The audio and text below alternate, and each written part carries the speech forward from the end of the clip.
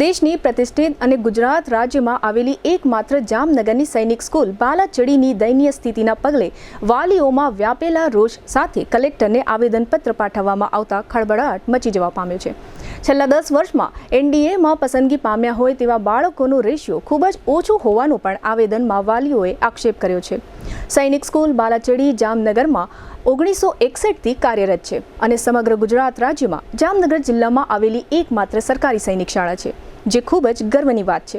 પરંતુ હવે સૈનિક સ્કૂલ બાલાચડી માત્ર નામની જ રહી હોય તેમ હાલના સમયમાં શાળાનું તંત્ર ખૂબ જ દયનીય સ્થિતિમાં છે.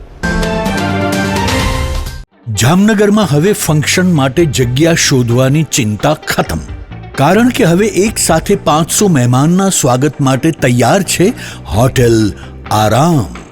લક્ઝરી, કમ્ફર્ટ અને રોયલ ફીલ, આ ત્રણેયનું પરફેક્ટ કોમ્બિનેશન એક જ જગ્યાએ.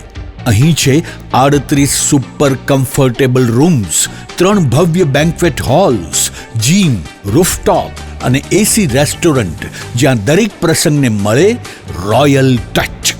લગ્ન હોય, એન્ગેજમેન્ટ, બેબી શાવર કે બિઝનેસ મીટિંગ, દરેક ઇવેન્ટ માટે છે આ એક જ વન સ્ટોપ ડેસ્ટિનેશન.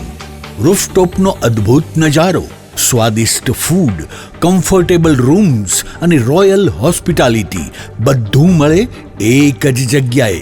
લોકો કહે છે ફંક્શન જો હોટેલ આરામમાં હોય ને તો ખબર પડી જાય કે લોકો હવે હાઈ ક્લાસ કેટેગરીમાં છે. તો હવે સમય છે તમારી આગામી ઉજવણીને વધુ સ્પેશિયલ બનાવવાનો. બુક કરો આજે જ. હોટેલ આરામ, પંડિત નહેરુ માર્ગ, જામનગર.